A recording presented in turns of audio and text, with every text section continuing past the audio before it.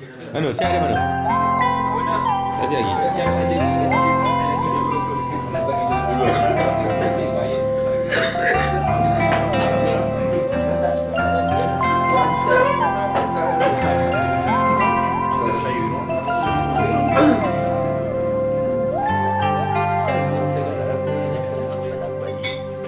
Di sini kau berdiri, bumi jadi bumi, menjunjung langit yang luas. Pernahkah kau terpikir alam penuh rahasia, anugerah yang maha esa. Okay, sekarang kita tengah breakfast hari ke berapa ni? Kedua last eh. Ke-12, maksudnya hari ke-5 ke-6 lah. Sangat lah ni. Ketiga lah. Ketiga lah. Hari ni Khamis, Jumaat, Sabtu kita nak ambil flight. Sabtu hari last kita. Kita breakfast di Verananda Hotel Pension.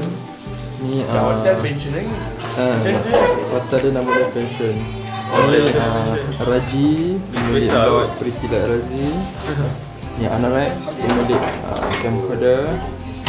Ni Azwan, penyapu butter dan tega. Ni Faiz, si penunggu.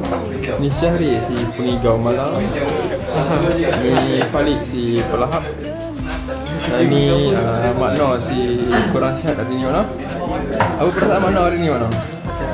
Allahu Akbar. Kita doakan Mak Noh cepat sembuh lah ya. InsyaAllah. InsyaAllah.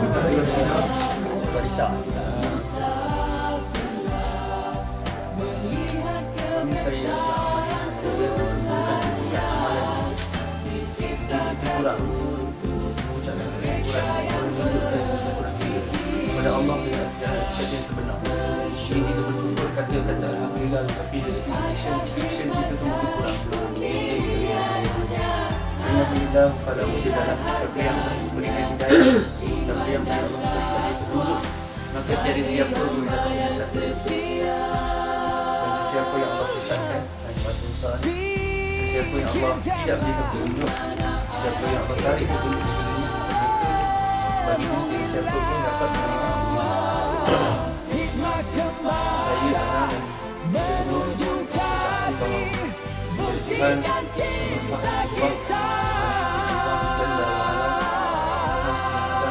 Allah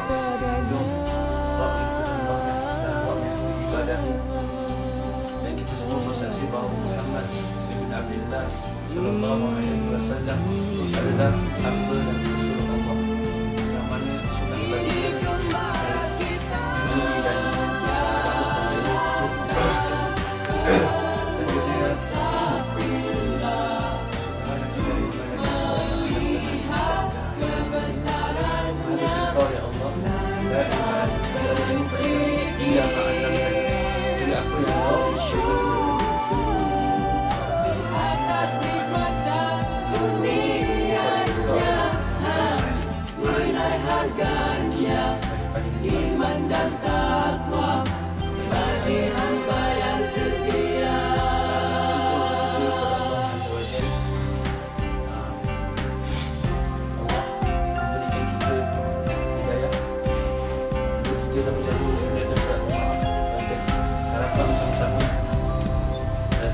bertazkirah sama-sama. Ada banyak hikmah dan ada banyak nikmat yang Allah kurniakan dekat situ. Salah satu daripada ini adalah ada call ya? Ya. Tak ada. Satu daripada ini jadi Allah bagi kita kurnia untuk solat Jumaat. Solat subuh dan berjemaah. Sepanjang jauh lah ni Allah bagi kita peluang untuk bertazkirah. Dan kalau antum ingat hadis tentang malaikat sayyarah, malaikat yang berkenderaan, maksudnya malaikat yang bergerak, mereka mencari-cari majlis-majlis zikir, bukan majlis-majlis zikir yang subhanallah atau tidak. Apabila ulama membincangkan apa maksud majlis zikir adalah majlis yang di dalamnya dibacakan Al-Quran dan juga diingatkan tentang Allah.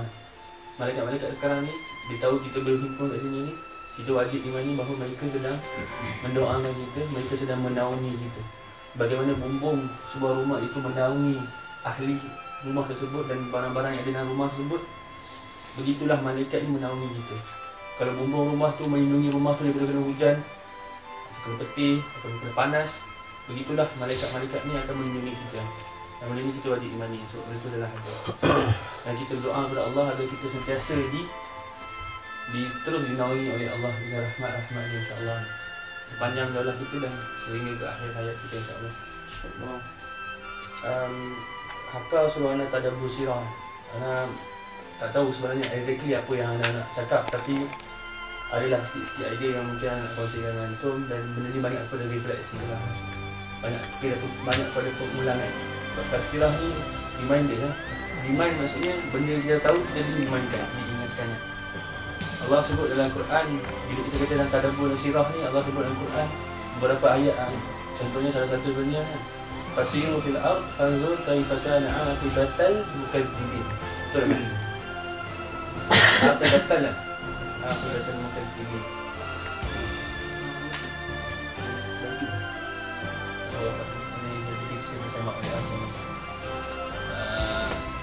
Fasiru fil ard, berjalanlah kamu di muka bumi ini. Fanzur kaifa kana aqibatul mukadzibin. Bagaimana dan kamu lihatlah, fanzur kaifa, bagaimana kami bagaimana akibat kepada orang-orang yang mendustakan. Mendustakan apa? Mendustakan ayat-ayat Allah, mendustakan hidayah yang Allah telah sampaikan. Dalam ayat lain Allah kata laqad kana li qasasihi la'ibratan li ulil albab.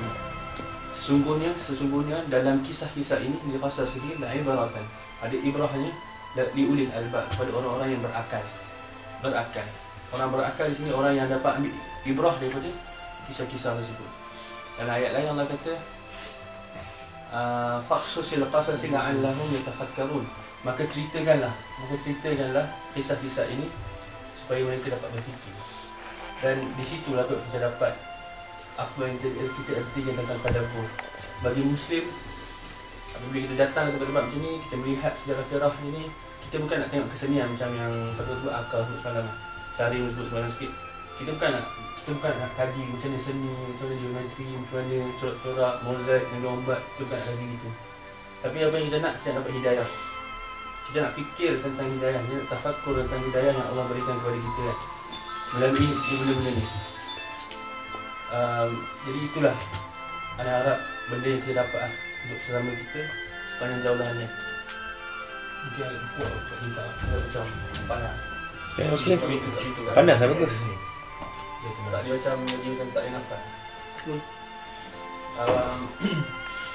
Ana suka lah malam apa Razi sebut pasal kan teori juga tentang Abu Ubaidah Al-Jarrah. Ana terfikir masa dia kata semalam dia kata yang tu, kita tengok para sahabat bagaimana hebatnya mereka. Abu Ubaidah Al-Jarrah contohnya dia seorang yang jamin masuk syurga. Aminul Ummah, diberi gelaran Aminul Ummah, dijamin masuk syurga. Tapi kita selalu terfikir, ana selalu terfikir, dia orang ni bila dia orang dah dapat status macam tu, dia orang tak rasa nak duduk diam. Lepas Nabi wafat ni Nabi, mereka tidak terfikir pun nak duduk diam di Mekah. Yalah, dah dapat garanti daripada Nabi yang mereka ni akan masuk ke syurga. Tapi benda tu tidak membuatkan mereka duduk saja di kat Mekah tu. Bahkan selepas kewafatan Nabi, mereka keluar lagi, menjauhkan, membesarkan, meluaskan empayar Islam. Nabi melahirkan individu-individu yang berbentuk seperti itu. 13 tahun di Mekah, 10 tahun di Madinah, Nabi produce satu kumpulan manusia yang sangat hebat, individu-individu yang sangat hebat. Salah seorangnya Abu Ubaidah Al-Jarrah. Abu Ubaidah Al-Jarrah ni meninggal dekat Kufah, sama yang lah jauh dari Mekah. Dan dia meninggal dengan penyakit taun. Dia kena penyakit taun meninggal. Sa'ad bin Abu Waqqas dia pergi sampai ke China. Sebenarnya sampai tak tahu. Dia pergi sampai ke China. Dan saya terfikir bagaimana sahabat-sahabat yang begitu hebat ni dijamin cop surga, tidak duduk saja selepas Nabi wafat. Mereka dijanjikan dengan surga, tetapi mereka mencari lagi surga. Sedangkan kita yang tidak dijanjikan dengan apa-apa, kita mungkin anda sendiri mungkin salah hal ni. Kita rasa macam kita seolah-olah garanti akan dapat syurga. Betul tak? Sedangkan dalam ayat surah Baqarah Allah sebut am hasibtum an tadkhulul jannah wa lamma ya'tikum masalul ladzina khalu min qablikum massa wa dharra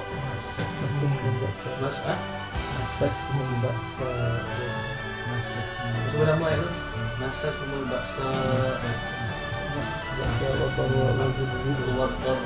wa zulzilu hatta yakuna rasul walladzina amanu mata nasrullah ala inna nasrullah qarib. Apakah kamu mengira kamu akan memasuki syurga sedangkan belum datang kepada kamu ujian-ujian, cubaan-cubaan seperti mana orang-orang sebelum daripada kamu. Kamu di sini jangan tengok orang lain. Kamu ni kita, sebab kita berinteraksi dengan Quran pada ketika itu. Quran sedang mengetuk dada kita ni.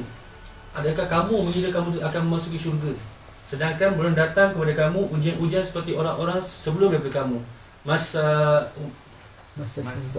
Masashumul ba'sa wad-dharra wa zulzilu. Mereka diberikan ujian-ujian, digoncang iman mereka, wa zulzilu, digoncang iman mereka.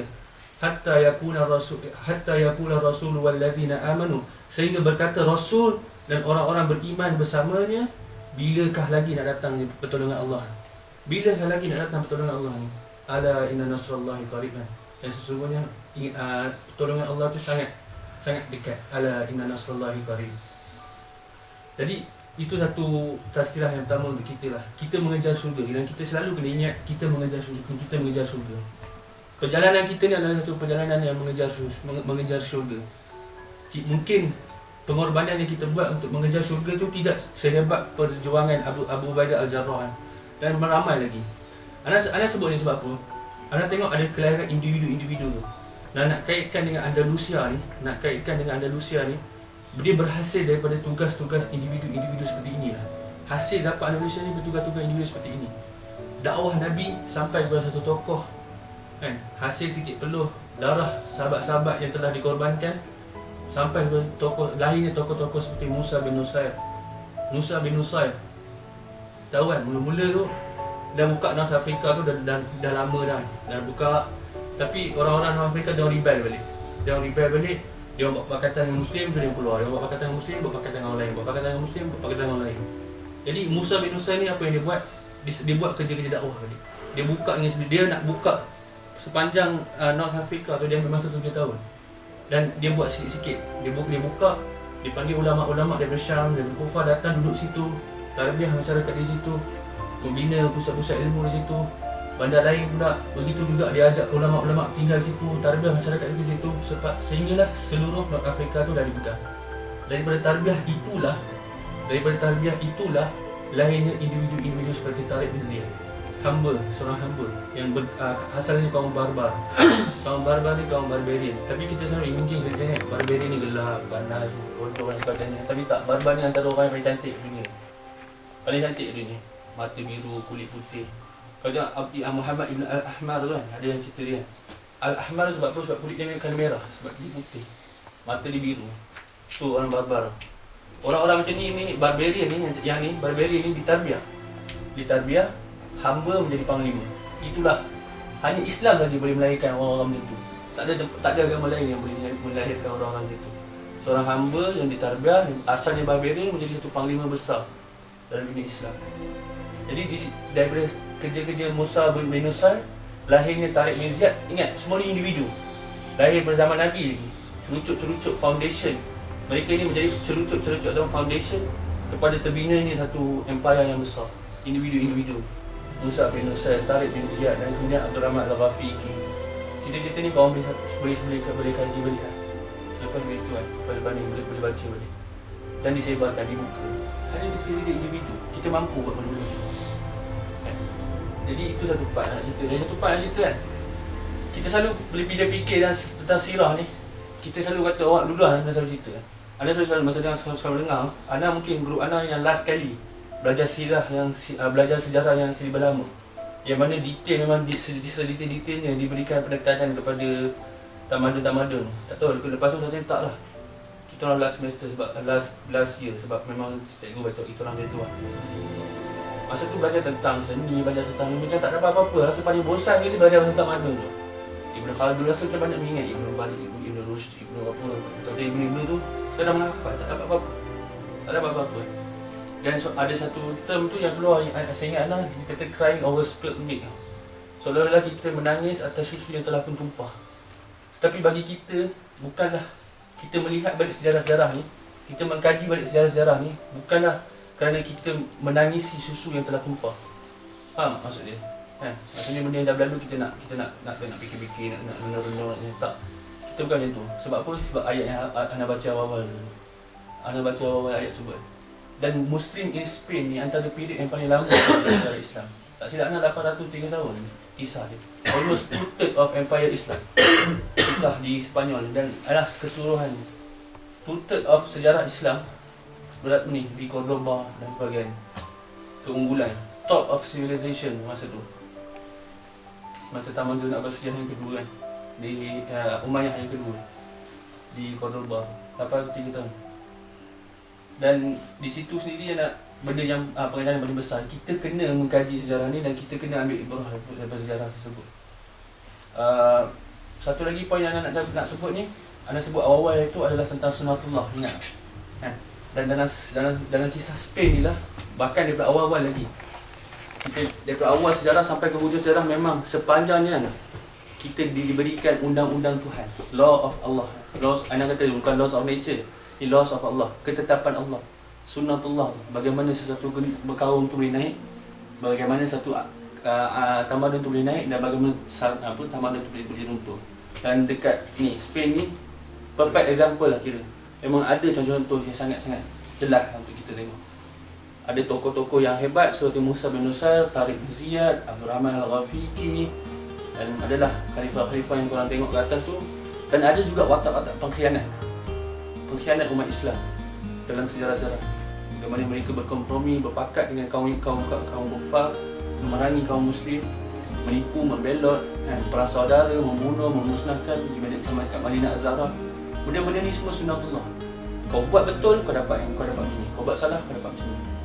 Nabi menunjukkan sunnatullah tersebut. Nabi membina individu-individu, mentarbiah masyarakat, mentarbiah individu tersebut, melainkan sekumpulan manusia. Sekumpulan manusia itu menyebarkan dakwah sehingga sampai ke Al-Andalus. Bagaimana selepas sampai dakwah, mereka mengamalkan Islam dan mereka meninggalkan Islam. Dan bagaimana Allah menurunkan kemarahan kepada mereka yang meninggalkan Islam. Semua itu adalah sunnatullah. Benda untuk kita mengkaji, benda untuk kita reflect balik. Kan? Apa faktor kejayaan sesuatu kaum? Apa faktor keruntuhan sesuatu bangsa atau sesuatu tamadun tersebut? Apa yang menjadi faktor Allah bagi nikmat kat satu kaum? Apa yang menjadi faktor Allah bagi menunjukkan kemarahan, menurunkan kemarahan ke satu kaum? Benda-benda tu yang kita nak dapat daripada benda ni. Dan anda tengok, insya-Allah anda harap semua boleh dapat daripada apa? Jauhlah kita perjalanan kita dan sebagainya, insya-Allah. Susah nak explain satu-satu ni, mengambil masa yang panjang dan anda rasa mungkin keadaan tak sesuai sekarang. Jadi anda ringkaskan setakat itu dah. Walaupun tak singkat mana, tapi insya-Allah semoga bermanfaat. InsyaAllah. Jazakallah khairan. Kita sekarang perjalanan ke mana Cip? Ke Alicante. Dan dirancangkan kita akan berkelah di tepi pantai selepas ini. So Sehingga subuh kita akan lihat bagaimana. Kita Siraj. Belakang ada kereta dipandu oleh Amin and the gang. Dan belakang sekali kereta Yazan. Terima kasih.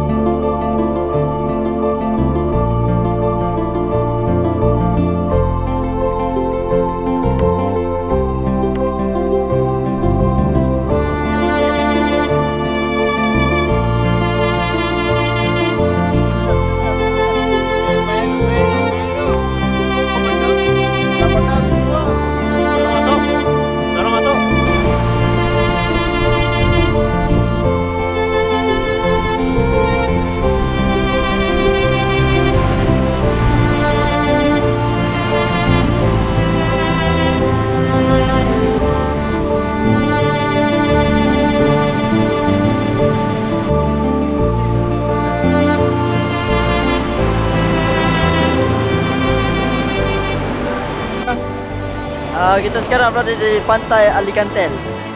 Itulah dia. Kita akan solat sekarang. Zuhur dan Asar sama Razi sama orang lain juga. So kita akan, lepas tu kita akan mandilah. Air pun tak sikit sangat.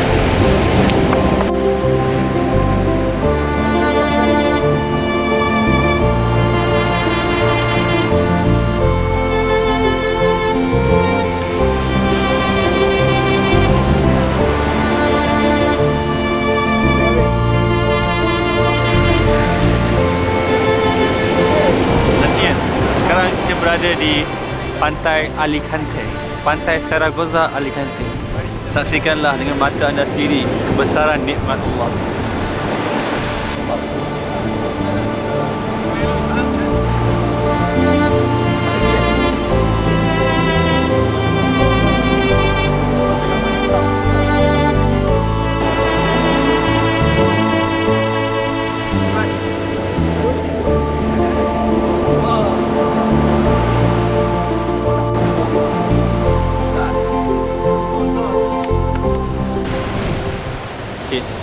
Di sini disediakan tempat mengambil wuduk bagi pengguna-pengguna pantai yang beragama Islam. Wuduk kan tempat mandi. Foto sikit. Kan? Ambil wuduk kan tempat mandi. Dua-dua pun boleh tapi. Dua-dua pun boleh.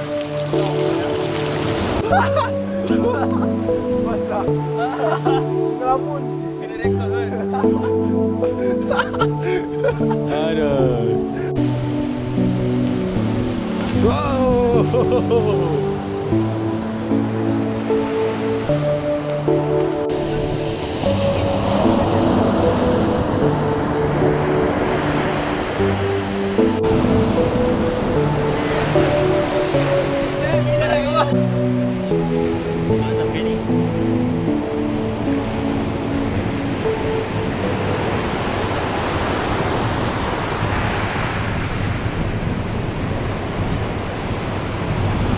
Allahu Akbar,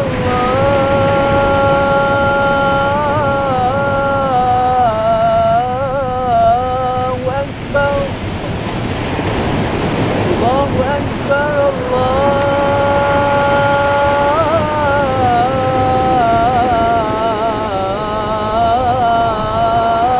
Allahu Akbar. Asyhadu an la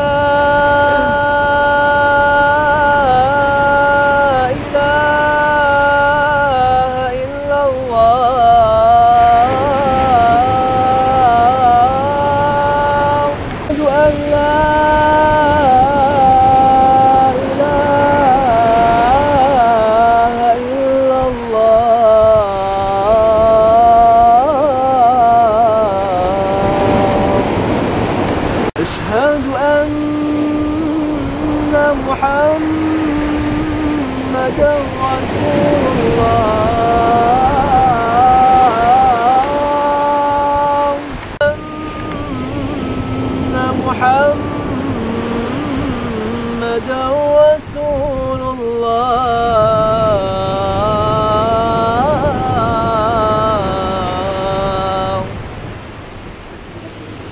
حي على الصلاة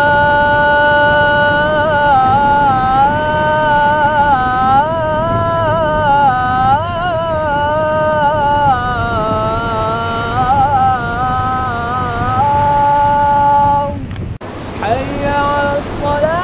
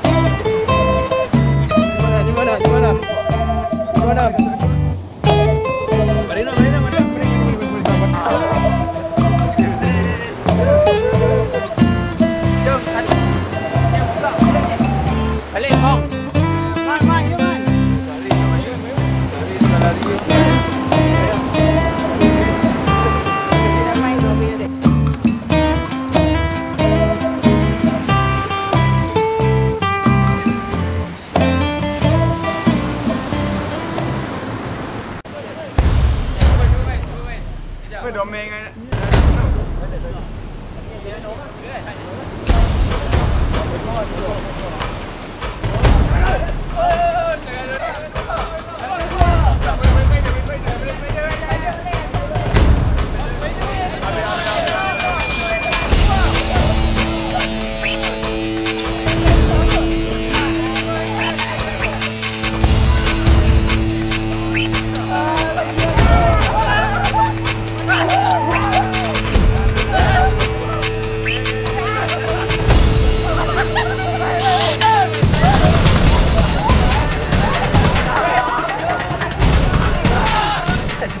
Patutlah aku minta Kimi ni tak tebus.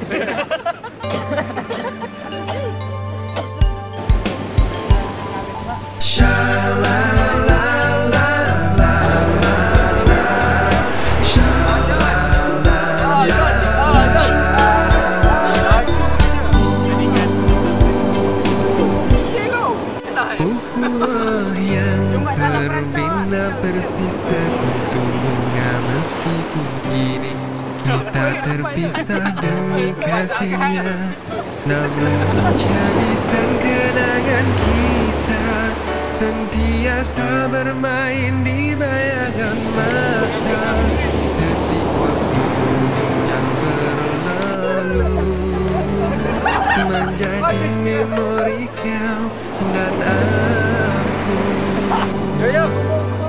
Ukhuwah yang terbina bersisa kuntum bunga meskipun kini kita terpisah demi kasihnya, namun jebisan kenangan kita sentiasa bermain di bayangan mata. Detik waktu yang berlalu menjadi memori kau dan aku. Kalau dekat itu tu. Gelak kan? Gelak dah. Saya ke bagi. Dengar. Dia gelak ah sebab dia mentas. Tanpa mengenal arti penat jemu, ingatkah kau lagi? Kita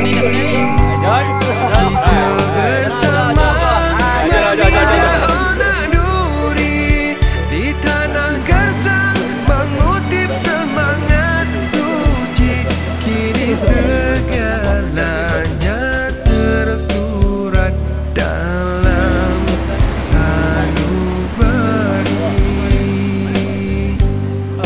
Ukhuwah yang terbina bersisa meskipun kini kita terpisah demi kasihnya, namun jebisan kenangan kita sentiasa bermain di bayangan mata. Detik waktu yang berlalu menjadi memori kau dan aku.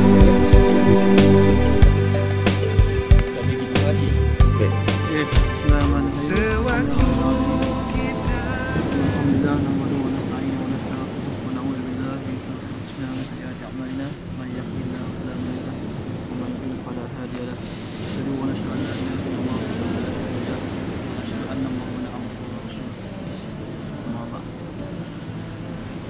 kita syukur aku kepada Allah.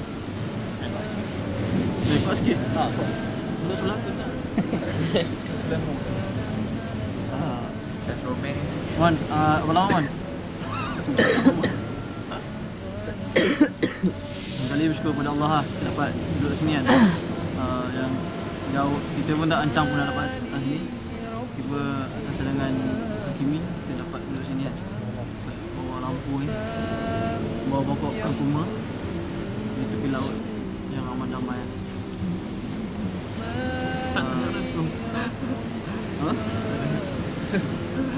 Dengan kita dengar ombak-ombak kan, kita dapat tengok alam semua jadi lah, yang mendamaikan.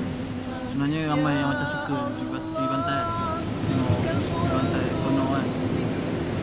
Dan kadang-kadang bila Allah nak, dia akan menjadikan satu kenikmatan tu yang ditarik nikmat tu, kemudian dia akan ganti satu dengan satu azab, bagi kita azab lah.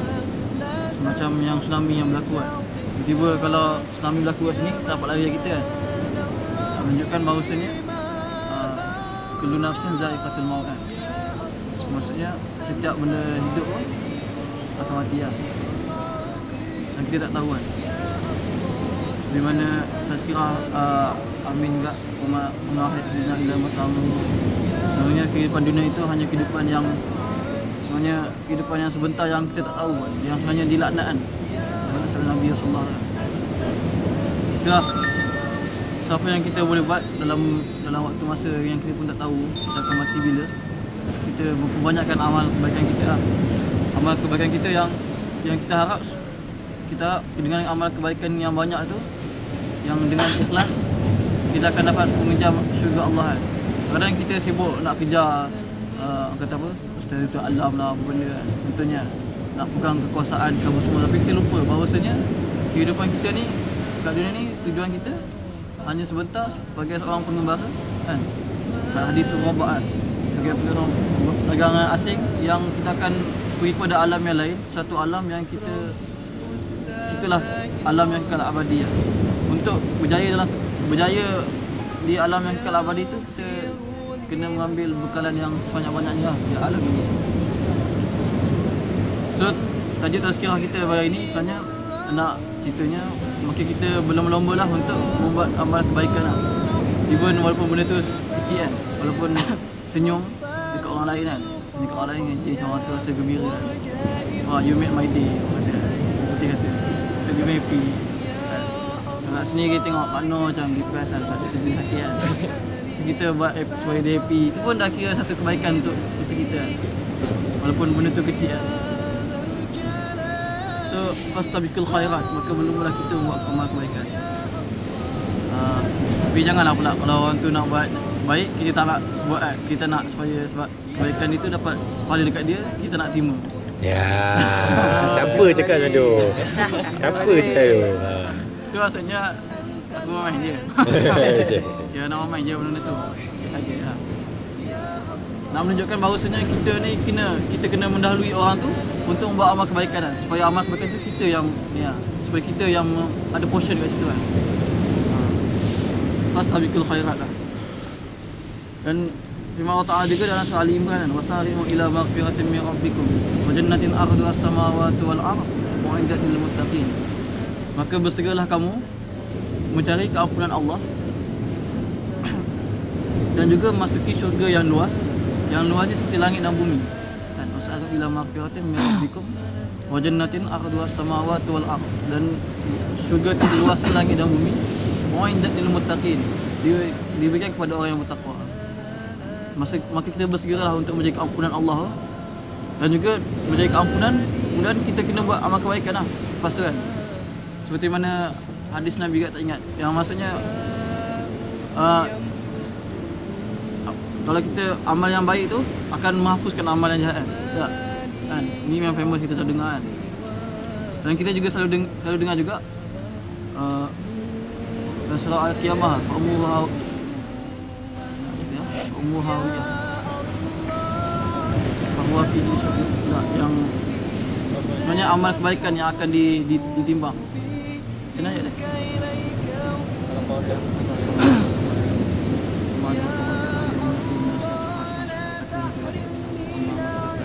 Amma masaq mawazinu fa fi nishatir radiyah, amma man khaffat mawazinu fa ummuhu hawiyah. Maksudnya siapa yang amal dia lagi banyak, dia akan masuk syurga. Amal yang kurang, dia akan masuk neraka. Dan sebenarnya ulama tafsir mengatakan bahawasanya dekat akhirat nanti yang akan ditimbang pada seorang tu hanyalah amal kebaikan saja. Maksudnya amal keburukan dia, kalau kita ingat macam dacing kan, boleh kita ingat macam dacing macam tu kan. Macam ni amal baik, ni amal buruk kan, dia ketimbang macam tu kan. Mana lagi baik, mana lagi berat kan. Kita tengok macam tu. Jadi sebenarnya masuk ayat kat sini, dia akan timbang amal yang baik, amalan baik saja. Amal yang baik tu kalau banyak lah. Dan takat mana nak lepas tu, ada threshold level yang nak lepas tu, hanya Allah yang mengetahui lah. So kita memperbanyakkan amal kebaikan kita supaya kita dapat banyak berat timbalan amal kita, supaya kita diterima syurga Allah Ta'ala. Itu maksudnya. Dan Nabi pun sabda dalam Riyadhus Salihin, kita baca maksud dia.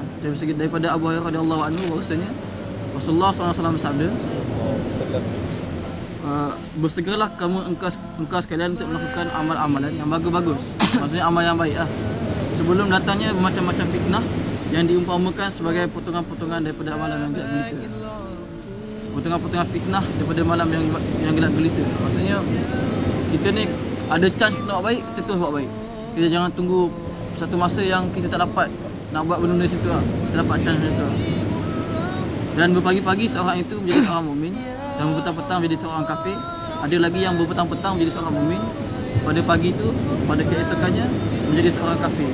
Orang itu menjual agamanya dengan harta dari keduniaan. Itu maksudnya kat sini. Dan kat sini Ana juga nak bawa satu kisah sahabat lah. Siapa yang pernah dengar, memang selalu famous kat ni, Uqbah bin Al-Haris, yang seorang sahabat Nabi. Dan dia ceritakan beliau sembahyang di belakang Nabi lah, di Madinah kan. Dia sembahyang, dia solat asar, dia sembahyang asar. Habis dia sembahyang asar, dia terus langkah orang, dia terus balik lah. So orang pun macam pelik lah sebab apa buat macam tu kan. Sampai ada sebenarnya orang ramai yang takut juga, sebab dia orang macam dia lari tu macam laju lah, macam tu lah. Macam satu benda yang macam urgent, sangat urgent macam tu. Lepas tu dia, dan orang tanya kat dia apa benda yang dia takut sangat kan.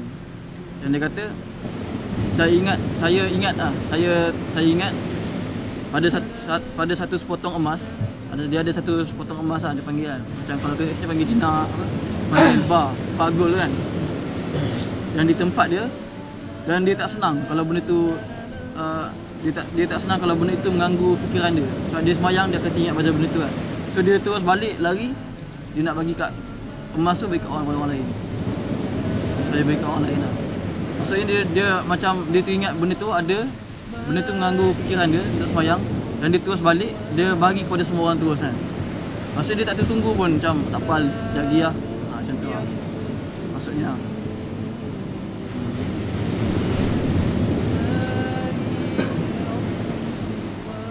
Itu sedikit sebanyak tentang amal kebaikan yang kita kena buat lah.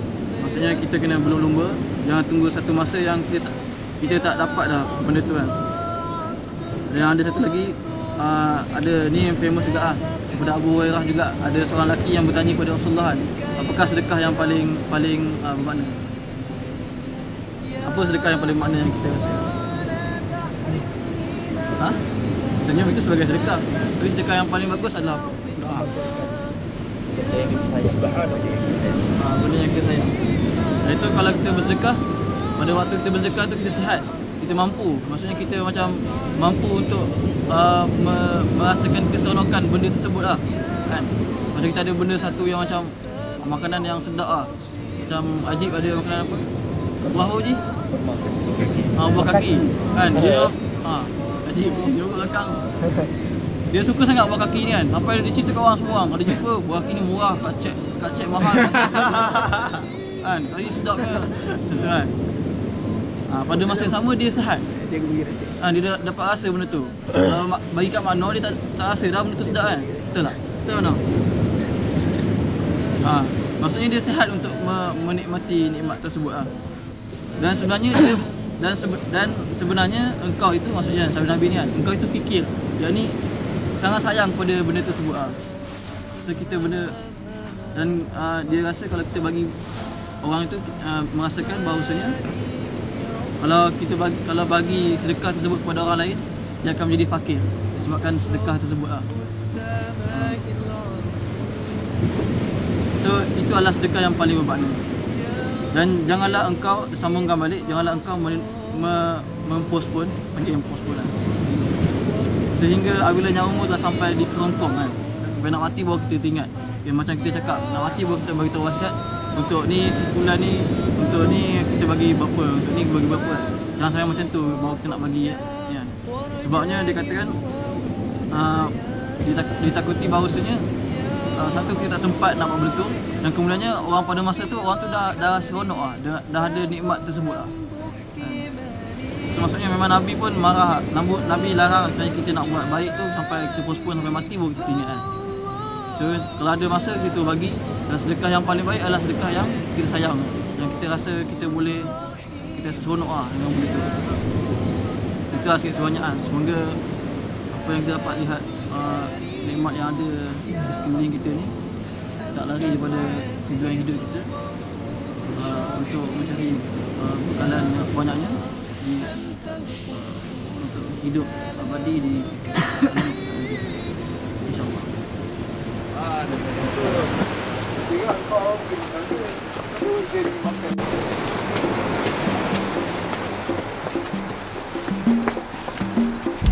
insyaAllah. InsyaAllah, InsyaAllah, InsyaAllah, with Allah's will. Live for you ya Allah ya Rahman, learn for you ya Allah ya Rahim. Work to get your blessing ya Allah. InsyaAllah, InsyaAllah, with Allah's will. Live for you ya Allah ya Rahman, learn for you ya Allah ya Rahim. Work to get your blessing ya Allah. InsyaAllah, InsyaAllah, with Allah's will. May we be safe, may we be well, may success be within our reach. Heaven will be the place for us, InsyaAllah, with His grace. May we be safe, may we be well, success be within our reach. Heaven will be the place for us, InsyaAllah, with His grace. Live for you ya Allah ya Rahman, learn for you ya Allah ya Rahim. We work together.